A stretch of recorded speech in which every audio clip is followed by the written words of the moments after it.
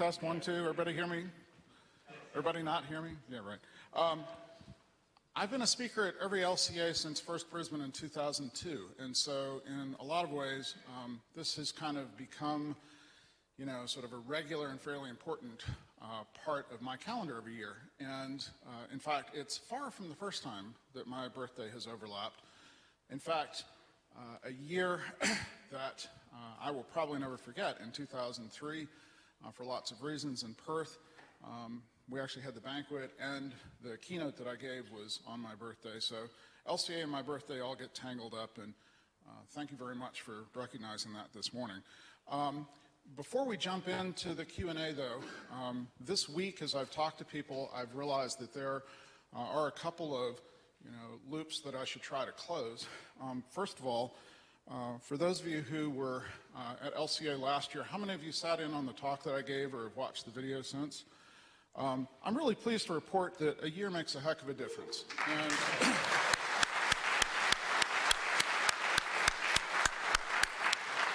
we're able to move into the new house built on our property at the end of September, and the dust is literally starting to settle, as is snow. It's that time of year in Colorado.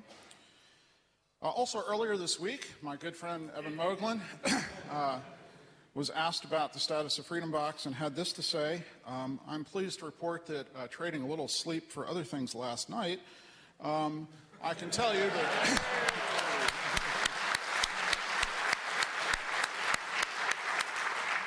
and to just be abundantly clear about this, the only contribution I've made to the Freedom Box 0.3 release, other than talking about it this morning, is one package upload to Debian a couple of days ago since I arrived at LCA.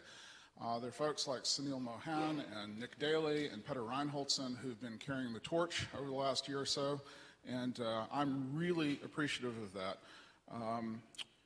Go take a look at this. There's still lots of things to do. If this is a project that you're interested in and would like to help with, I'm sure they'd still love to have your help. So, enough about those sorts of things and me and all of that. Well, maybe not quite. This is not the first time that I have shared the stage at LCA with these folks.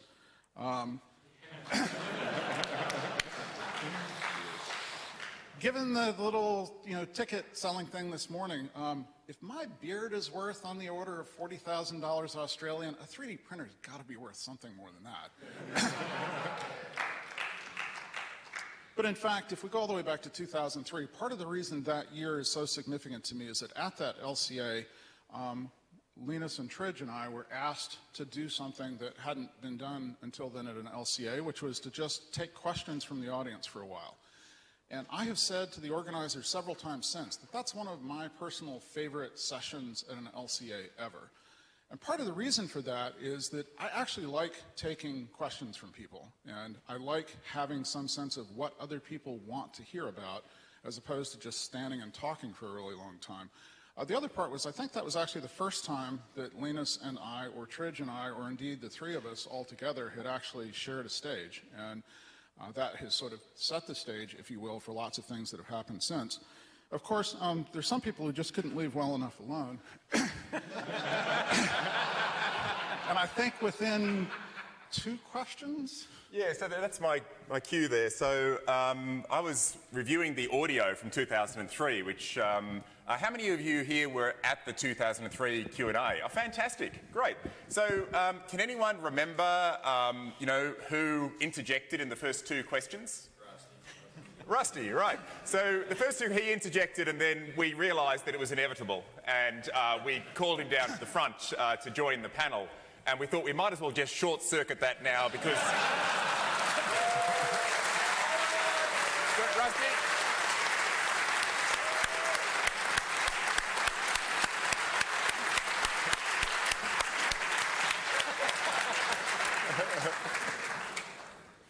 So, thank you, Rusty. You notice we already set up the 4th chair ready for you. And, so the other thing we had at the 2003 event was we had Chuppa Chups. And so there will be, again, Chuppa Chup rewards for questions. So if you want a Chuppa Chup, you have to ask a question. And no, that also happened in 2003. Oh, that was Linus that tried to grab one at the beginning, and we told him that he had to earn it first. So you'll get one at the end, Linus. Right, so shall we start off then? Any more photos, Speedo? No, that was all for the photos, but we did also have an audio recording of the session from 2003. And Tridge, I think you thought there were a couple of questions from that might be worth revisiting. Yes, indeed. So we had a few questions. So how many of you actually listened to the link that I sent out to the chat list, the audio? Right. So there was a few pertinent questions, I think, that deserve an updated answer. From 12 years later to see how it's going. So the first question that was asked was when is 2.6 going to be released? Oh. So do you remember when 2.6 was released? I have no idea. This is why I have source control these days. All right. So, and there was a follow-up question, which, is 2.5 ready for users to try yet? And I think we need an update on that. Do you think 2.5 is ready for users? That was such a huge disaster that we changed the whole development model. So I think the that's answer a no? to that is no. That's a no. Right. Okay.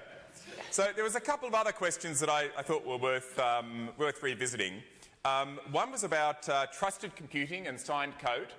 And so a member of the audience asked about what Linus thought about trusted computing and signed code. And so just to give you sort of what you answered at the time, you said that you had asked a vendor if there is an actual use case for a signed kernel, and the answer was no, and you thought it was just marketing. So would you like to update that answer? So these days we obviously do it even without vendors asking for it. We use it internally, and I use it internally, for example, for signing all my modules.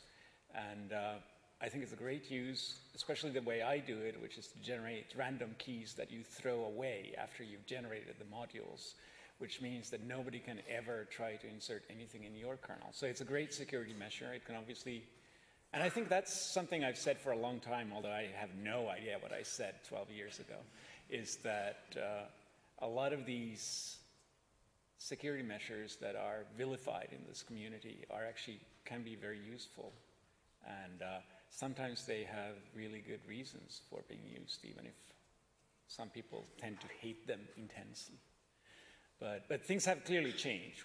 We do use it ourselves, and I use it personally all the time. Great.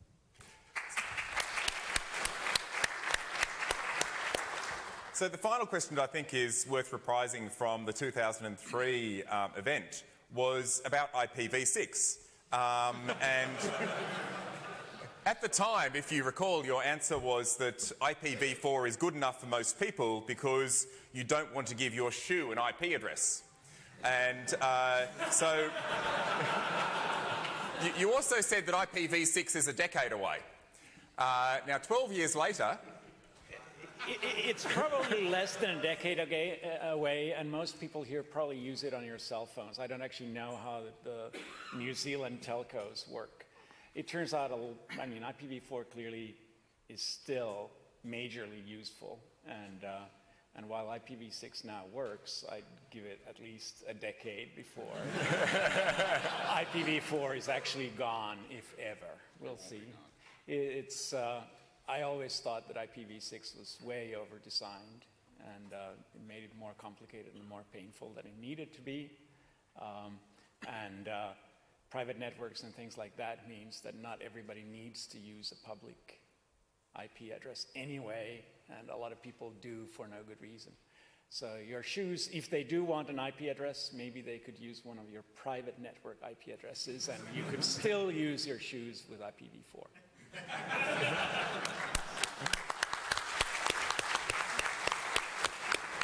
So I think they're the key relevant questions from 2003. So you may have noticed I sent out an email to the chat list yesterday asking for people to think up good questions for today's session. And so how many people have got questions for today's session? A few people? Right. So we'd like you to come down and stand in front of the microphone down here to ask the question. And if there's any applause at all, at the end of answering your question, you get a chuppa chup. So, first person, please come down to the front and ask a question. Yep.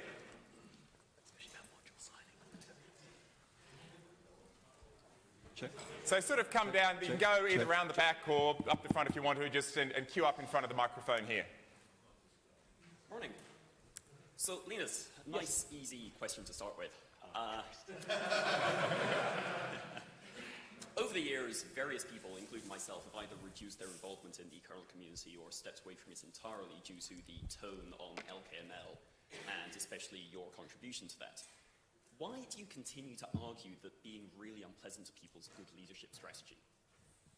Part of it, it's a fair question. That's not actually my real argument. My real argument is that people are different, and I'm a really unpleasant person. I mean, that's what it really boils down to, is that, and some people think I'm nice, and some people are then shocked when they learn differently. And I'm not a nice person, and I don't care about you. Really, seriously.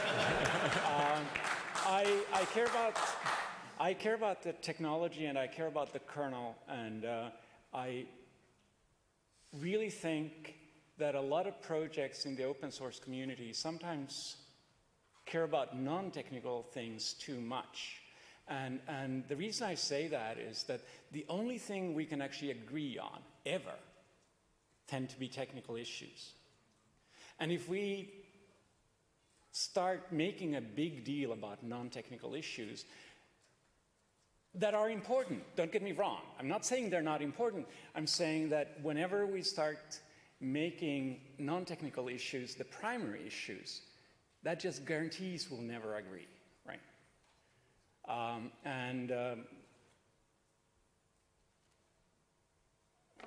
I'm not trying to really make excuses. I'm more trying to explain that this is where I come from, and I appreciate the diversity in open source, but to me, that diversity is not about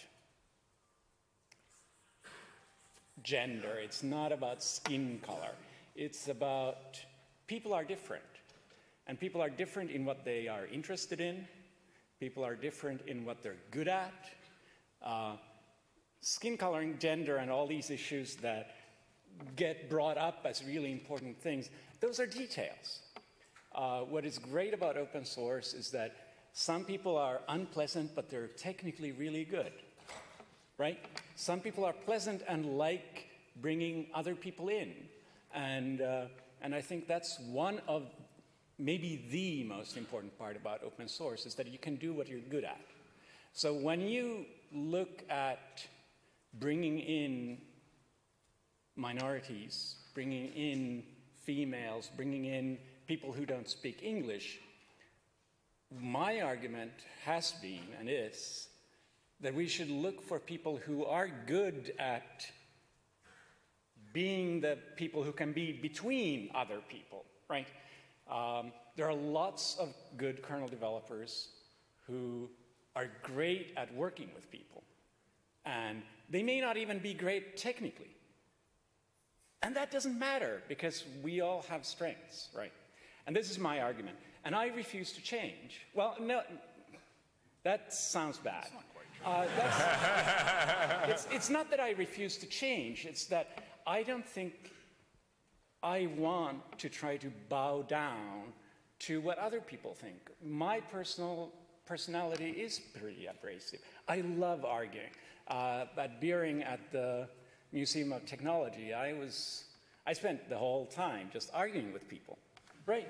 I mean, and if you're that kind of personality, when you are on LKML, you will argue. And I know there are other kernel developers that are like me, and I know there are other kernel developers who are not like me, and that's all wonderful.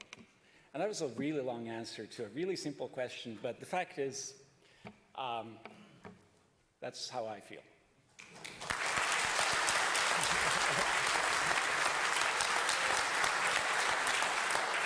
So, and please introduce yourself at the start of the question, thank you. Good morning. My name is Tommy Richards, and Matthew kind of stole my question. Well, maybe I can. I don't work in kernel development. I'm not subscribed to the Linux kernel mailing list, but I am in the community, and I've noticed a worrying trend, which is that over the last year, there's been more hate, there's been more abuse, more vitriol in IRC, on mailing lists, on Google+. And speaking as a professional, this really concerns me because I love my job, I want to love it in 20 years' time, but if this trend continues, I will not be in the industry in 20 years' time. So I'd like to know, Linus has already answered, but maybe the other three of you could maybe tell us, you all have a lot of influence in this room and in the wider community. Do you have any plans to try and improve the community for the better for the rest of us?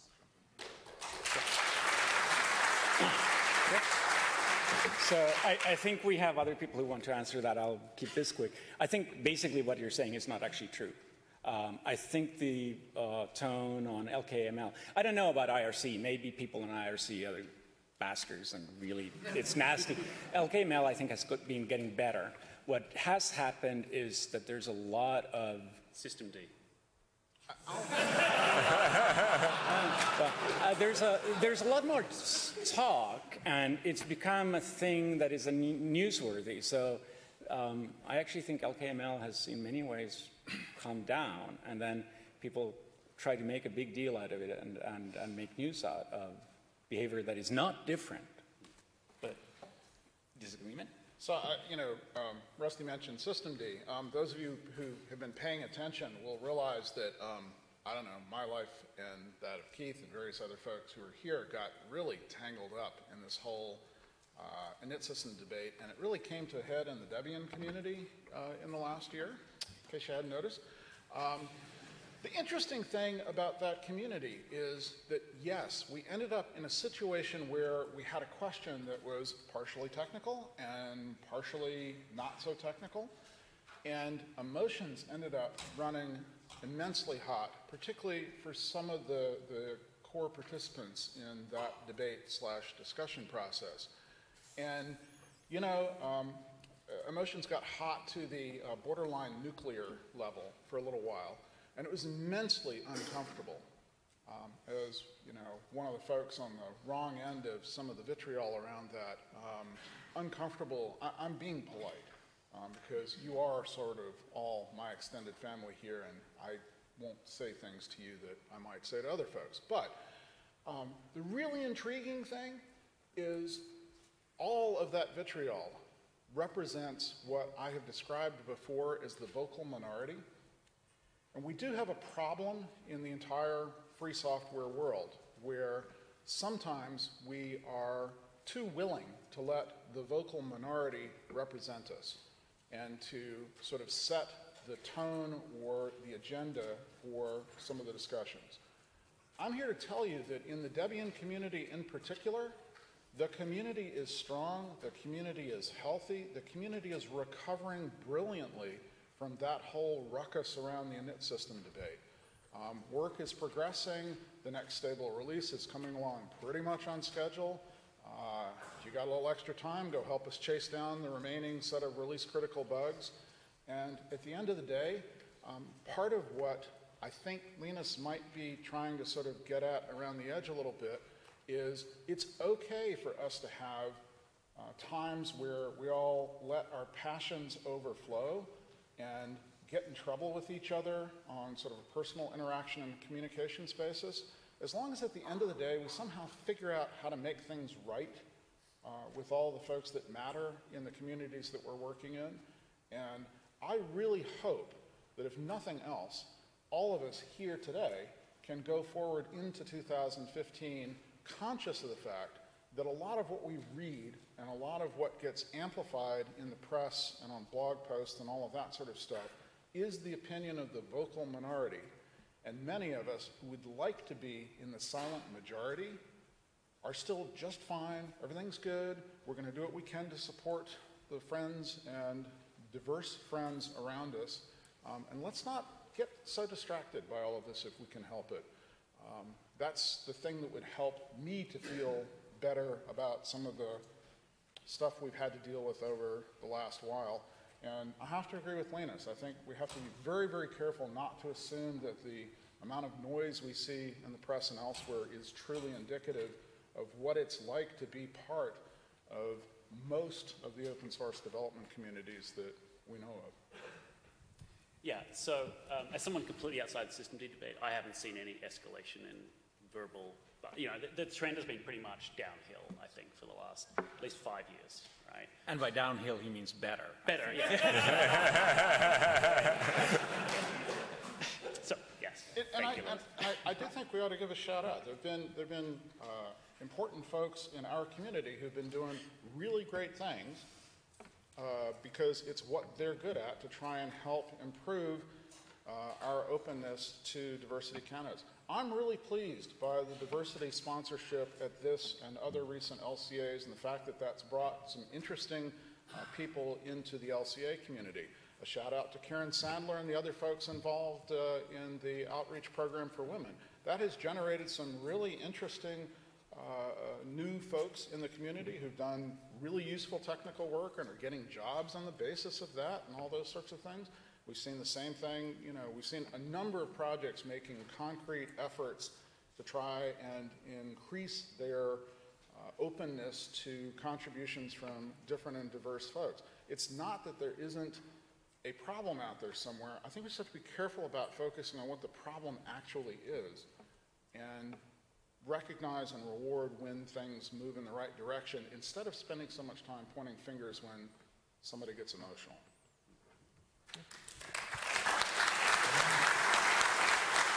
Now,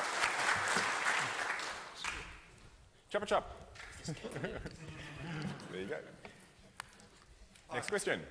Hi, I'm Jakub. So, is it the year of the Linux desktop yet? So I should interject there, we did have that question in 2003, and Rusty, you actually answered that. And your answer was that by the end of 2004, it would be 50% Linux desktop in the world. So how's that worked out for you, Rusty? You know, it's still so difficult to measure. It's so hard to tell.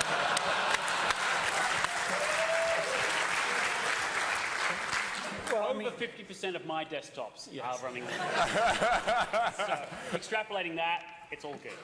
And in smartphones, Who is running a Linux Linux desktop? on your desktop or laptop or Thank you. Excellent. Both ends. and on smartphones, we are 80%, right? Yep. Right, answered. There you go. Okay, something slightly different from the previous ones. Those of us of a certain age got into computing mostly, I think, from the old 8-bit computers, and I remember like there were picture books for kids that taught advanced basic and even machine language. Now, the world's a different place now, and there doesn't seem to be anything like that. Some people are trying, like, you know, with Raspberry Pi or anything, but I'm just wondering what your thoughts are on getting the younger generations into our community, because it's all about learning software literacy and understanding how our computers work, and it doesn't seem to be there's much encouragement for the younger ones to join our community and basically fill the ranks as we sort of age. So by younger ones, you mean under 30? Somewhat, yes. I wish I had the answer to that because I've got 3 kids and none of them seem to be interested in technology except as users. Well, that's not true, but at least in computers, in the sense I'm interested in computers. And I think part of the problem is there's the technology of today is so complicated that for somebody like me who's interested in kernels, it used to be easy to get in at the hardware level. And that's simply not true in computers anymore. And the world has moved on, and we're old farts for a reason. That said, it's much easier to get involved in many other ways. Right? Maybe you're not into computers and you're into the whole 3D printing thing. And maybe you're into doing these user application things, and they're way easier to do than they used to be. So I don't have an answer. At the same time, I don't really worry. It's not the same thing anymore. There's no point in teaching everybody machine language or BASIC or something like that. I'm looking at most young people tend to be pretty tech savvy, right? So I wouldn't really worry. They may not be kernel tech savvy, but we don't need everybody to do that. Yeah, I think there's also this immense trend that we've been aware of, and in fact there have been some talks around edges of this here at this conference, and that's towards accessibility of microcontroller platforms and other places where kids are really enthusiastic because they see a direct connection between little bits of programming and action that affects the real world. I discovered a really long time ago, well before I had kids of my own, and it's something that I've enjoyed playing with them with, that, you know, on some level, computers are kind of boring. I mean, there's all sorts of things you can do with them, and my kids are certainly far more literate and quick to go, you know, grab a computer to do something than even I am sometimes. But there's this immense sort of feedback loop thing that works well if you even get to the point where they're turning an LED on or off, or getting a servo to move. So my strong suggestion, if you've got kids or you're trying to figure out how to get younger people enthusiastic, is look for places where there's an intersection between simple computing devices and real world effects and feedback loops. And, you know, if they figure out how to, you know, write a little bit of code in an Arduino thing or something, then they might end up thinking trying to do kernel development is interesting someday. I'm not sure whether it would, but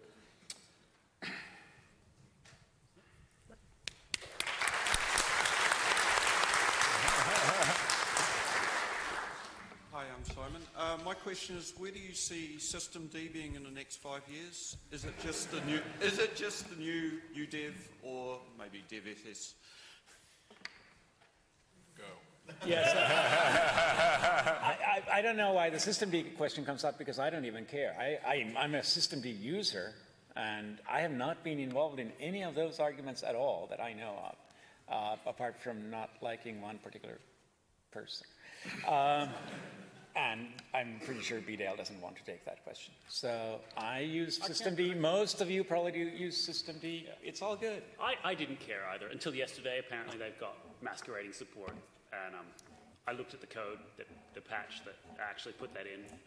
They don't fork out to IP tables because that would be slow, so they use it directly. And actually the code looked fairly sane. So, you know, as long as the code's pretty good, I don't really understand what all the fuss is about. When you try to...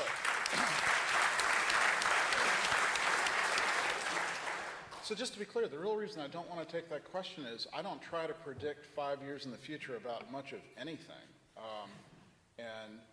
You know, the events in my life in the last couple of years have made it clear that trying to predict too far into the future is you know, that way lies madness. Part of the reason that I ended up taking the decision that I made in the whole Debian systemd thing is that it seemed to be the place where there was the most enthusiasm, activity, and good stuff being worked on for the future. And one of the reasons that we worked hard to constrain the actual decision that we made in the Debian project to the next stable release cycle is we have no idea what will be the hot, shiny, right thing to be using another release cycle later. My anticipation is that people will continue to poke at it and do good things, and hopefully it ends up being, you know, code that we're all okay with.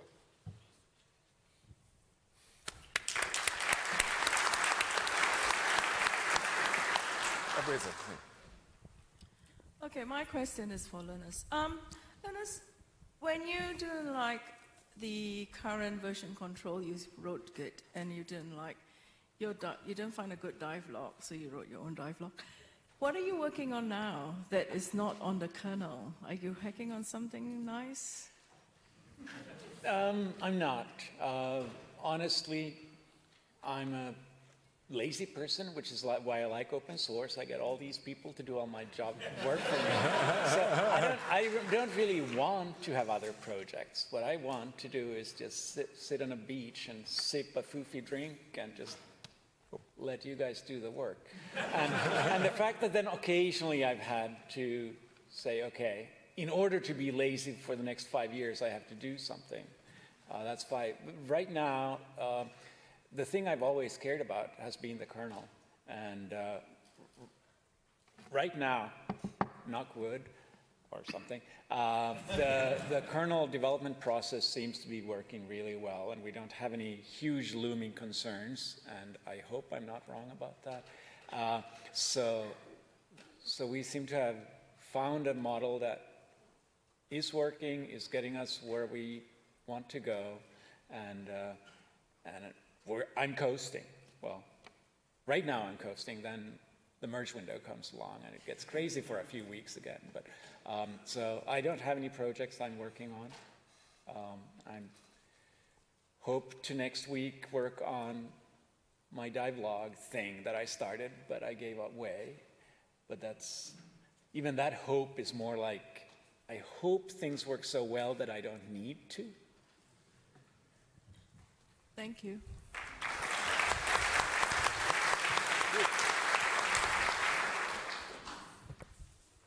Wee bit of a heretical question here.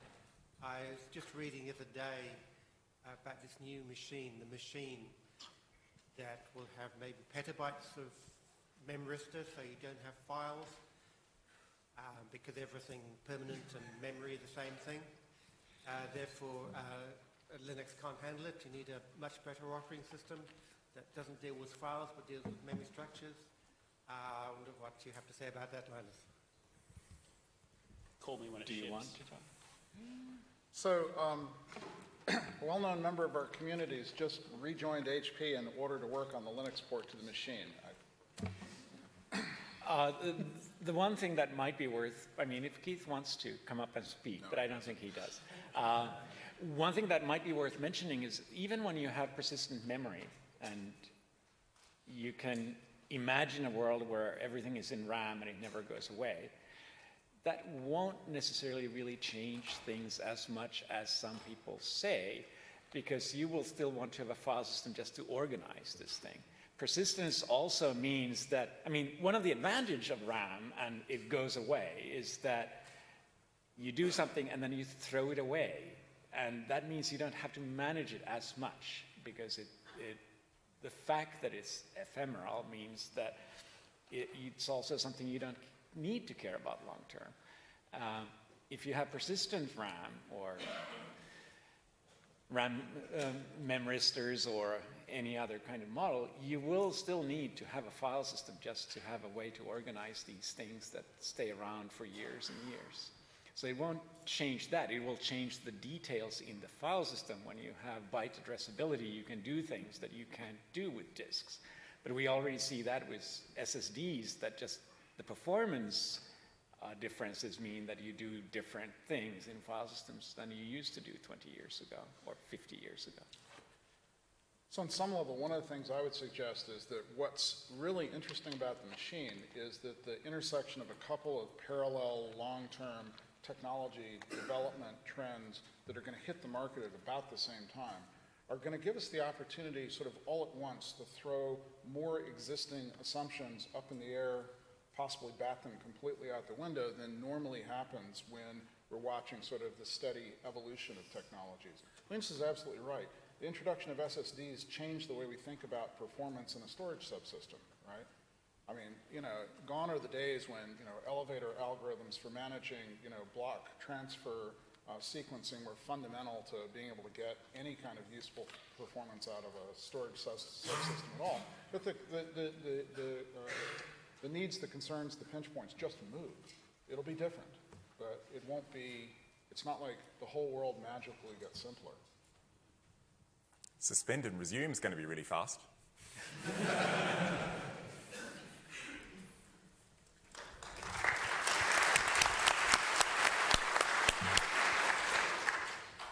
There's been so many technical questions, I want to ask a meta question instead, so you can be purely opinionistic. Given that Australia and New Zealand technically share the same airspace, do you think that they should come together and form a combined space agency, given that we're the only G20 nation without one? Well, I'll let you take that one. Actually, you should take that one. Yeah, I mean, we technically all share the same airspace, right? and it's expensive, and I think we all need to get together to really going to space. I'm really the wrong person to ask of all the people in this room. I'm probably pretty low down on the list to really answer that question. Right. Thank you. Okay. So we already had a question about the machine and Linux++ and things like that. Do you think there'll be any innovation in hardware in the next few years where the Linux kernel possibly couldn't make the transition very quickly? And what do you think the implications will be for all of us and all of our work as a whole if Linux loses the dominance it's achieved over the past decades? I wouldn't lose sleep over it. Yeah, and I really don't lose sleep over it. In fact, I think in the computer industry in general, the big question is not what happens to software in the next few years, but what happens to hardware and when scaling stops. And it's not happening in a few years, but it's happening in 10, and it's getting much more gradual, and maybe somebody will come up with something really radically new, and there are people who argue that, hey, we've been saying that scaling will stop for the last 50 years, and it hasn't stopped for the last 50 years. It will stop. People who believe in quantum computers are.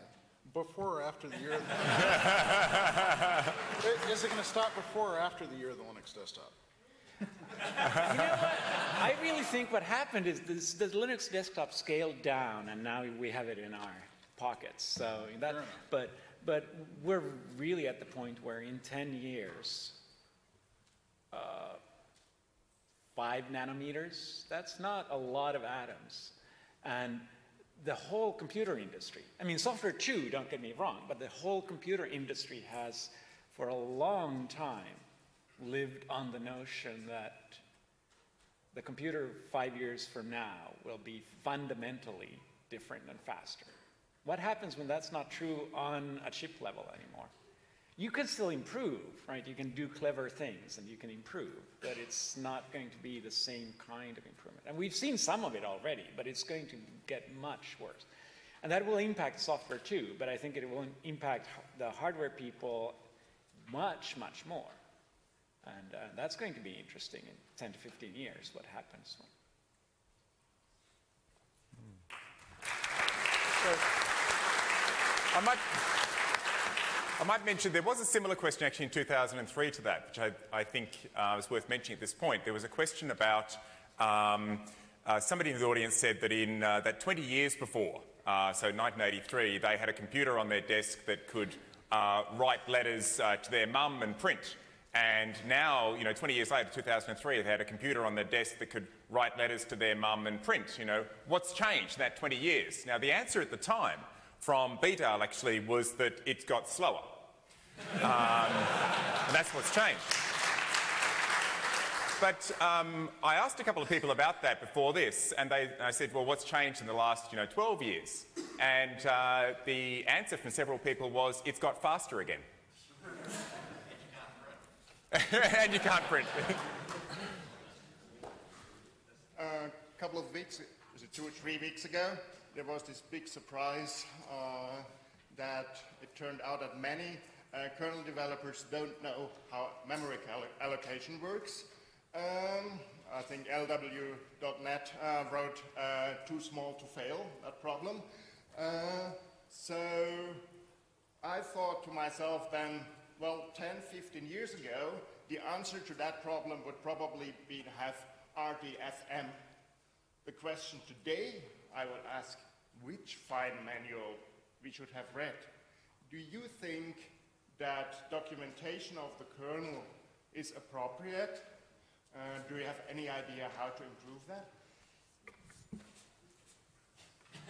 Well, I clearly have no idea how to improve documentation in the kernel. This is where others sometimes step up and do a great job of explaining small details. At the same time, there was a talk yesterday about how programming should be provably correct, and it would be a great thing if we could prove correctness and that we all suck at it. And I don't take that approach. I'm more of a touchy-feely guy. I believe in biological processes, and I believe in evolution, and I believe in all these making mistakes and trying. And we don't have documentation for how humans work, but humans work really, really well, except when they break down. I actually think we're at the stage, and we have been at the stage in kernel development and in a lot of technology, where nobody really understands everything that's going on. The VM is complicated.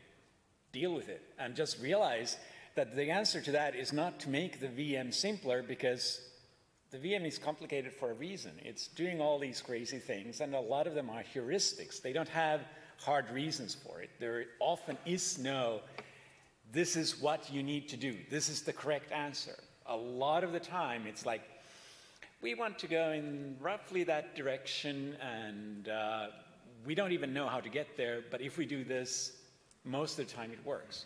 That's how a lot of real problems in real life are. And that is hard to document when there is no real answer. And we should continue to document the big rules. We should continue to document the details, like how memory ordering works, which was another subject that came up yesterday. But that still will never be in the situation where we can give a spec for the kernel.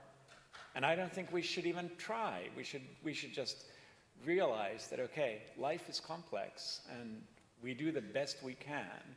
And we need to have smart people, but we also need to have a lot of people who test, a lot of people who are willing to accept that I don't know what the solution is, but I know what is better than what we do today in this area. And if you continue to do that, this is how biological systems work, and it's a provably working process. It doesn't get you to the perfect end result, but it gets you to something that works better than anything else we've ever seen. So,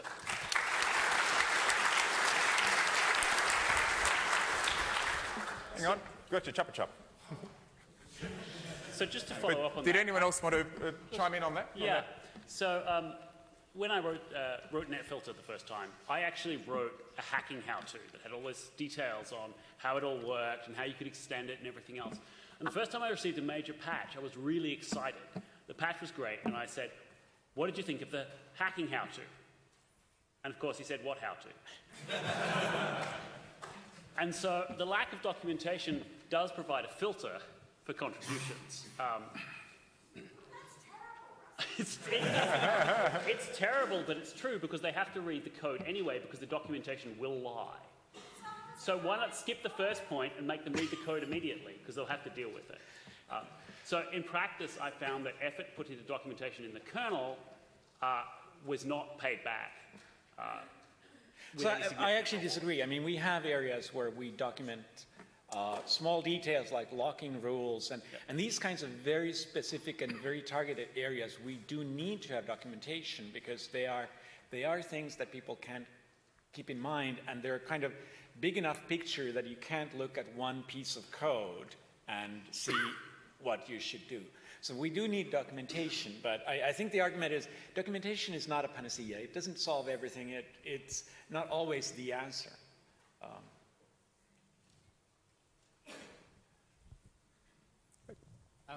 I noticed Tridge has not been answering a lot of questions. You've been doing a lot of moderating and throwing out chup, so I'll crack out an old chestnut that everyone can answer. Current desktops, GNOME 2, 3, KDE, Emacs. Oh. What do we run? Yeah. All right, okay. That's checked from time to time and changes from time to time. Okay, anyone want to start? Start off. This is on my badge, Emacs, Git, I run Ubuntu Trusty, and I've switched between a number of different, window managers, but it actually, a lot of my work is on embedded systems these days, so most of the time my desktop is actually GNU Screen, and running GNU Screen on a system that often the systems are on another continent, and so really the closest thing to a desktop I have at the moment is GNU Screen. Debian Unstable, XFCE4, and a lot of terminal windows. I'm on Fedora 21 right now. I'm actually known for being a GNOME hater. I don't like some of the development models they have, but I'm a GNOME 3 user with a couple of extensions to fix what I thought were big failures, and I don't believe in Emacs or VI, so I use this one editor that nobody sane would ever use, but it's what I grew up with. So I just fixed a bug where it would crash if you had a big screen and more than 128 lines on the screen. That's the kind of crap I run. I run stock Ubuntu on my desktop, but my build machine is Arch, and the only window manager that has is when I SSH in SSH-X. Otherwise, it's all text.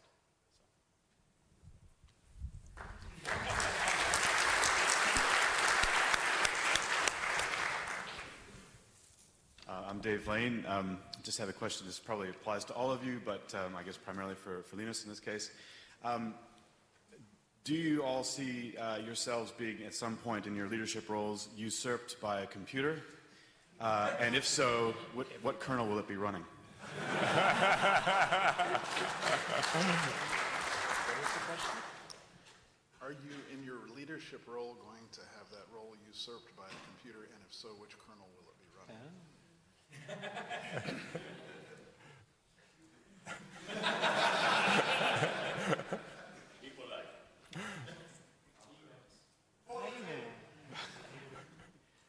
I don't know. Will it be heard? Yeah, I think my mind will be going before that happens, but the argument there is when that happens, and I don't know. I think there is actually a partly serious answer one can give to that question. It harks back a little bit to some of the social interactions. Something I've noticed in recent times is processes for doing software development are becoming more mechanised. And so often these days, you're on, GitHub or, Gitorious or whatever, and it's like it's a pull request and it's just a patch and you respond there. There's less social interaction. You might as well be, talking to a computer because it is getting more and more mechanised, that process. And I think that feeds into, I've never seen any, really heated discussions in a pull request chat.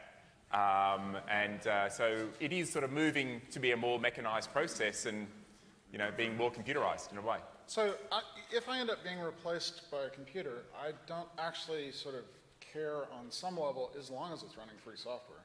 Yeah.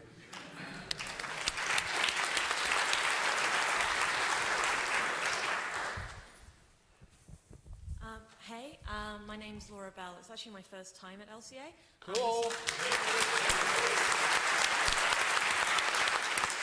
I'm a security specialist. While security bugs have always historically been found in Linux and open source products, in the last 12 months, the way they have reached the world through mainstream media has changed dramatically. Our bash bugs of the last 12 months have kind of changed the way most people who don't think about security interact. What are your predictions for security in the open source Linux space for the next 12 months? And which areas of code, if you were going to go and look at one right now for vulnerability research, which would you start with?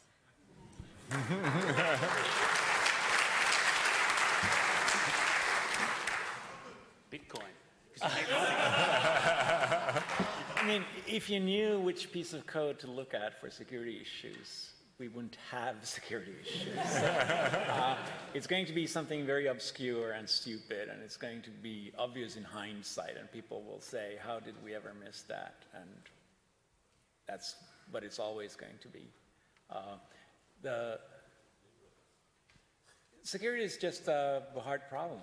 And, well, I think you're absolutely right, and this falls into another one of those, I'm certainly not going to try and be very predictive categories.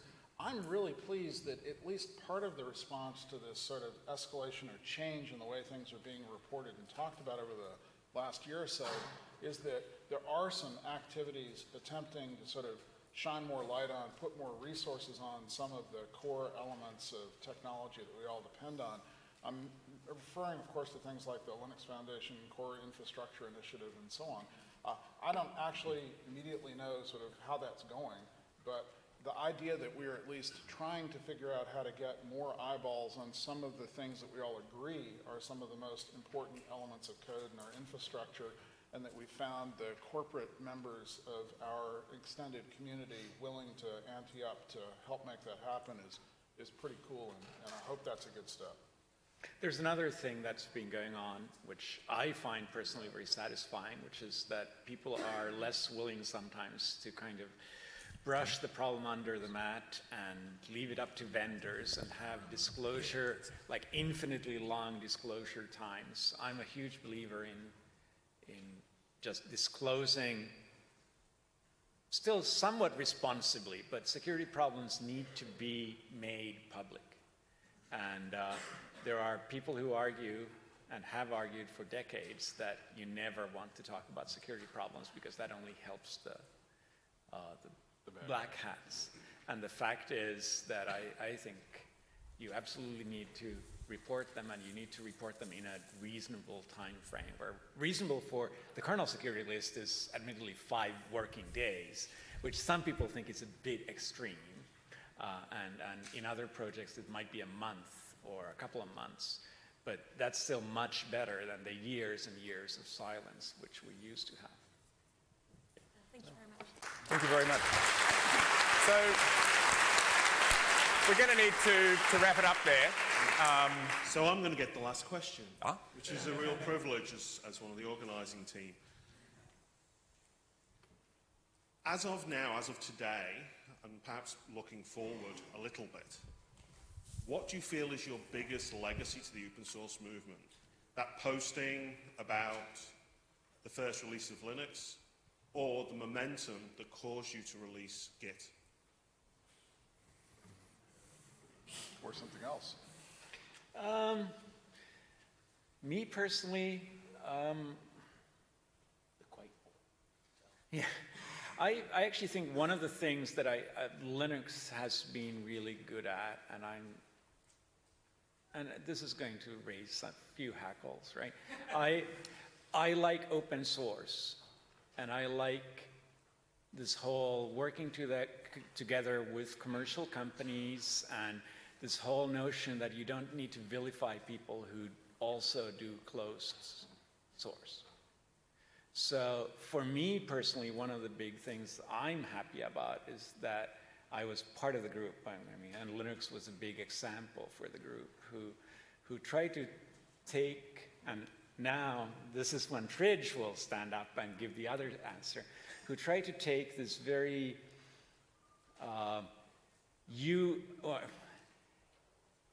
us against the world approach of free software and made it more open, not just in name, but also in being acceptable to people who don't necessarily believe in our values, but believe that our model is better.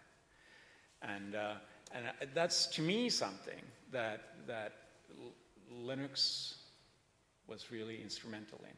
At the same time, I'm really happy about Git too, because I think Git has spread more than the kernel in some respects, and maybe I'll be remembered more for Git than Linux. We'll see. If I would answer that on his behalf, I think that the thing I think the long lens of history might find the most important is how both of those projects have positively impacted this notion that all of us as humankind working together collaboratively leads to better results than when we're all sort of hiding in separate corners and fighting and competing.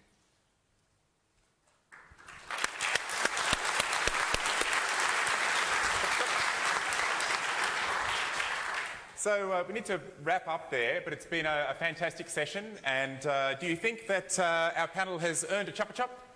There you go.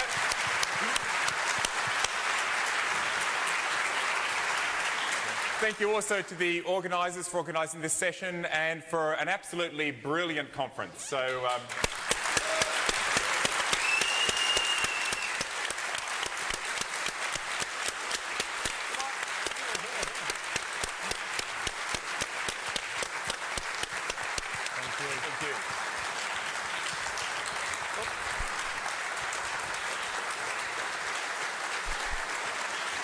Thank you.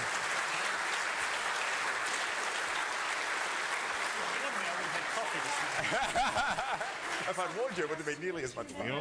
Okay, everybody. Yeah. Please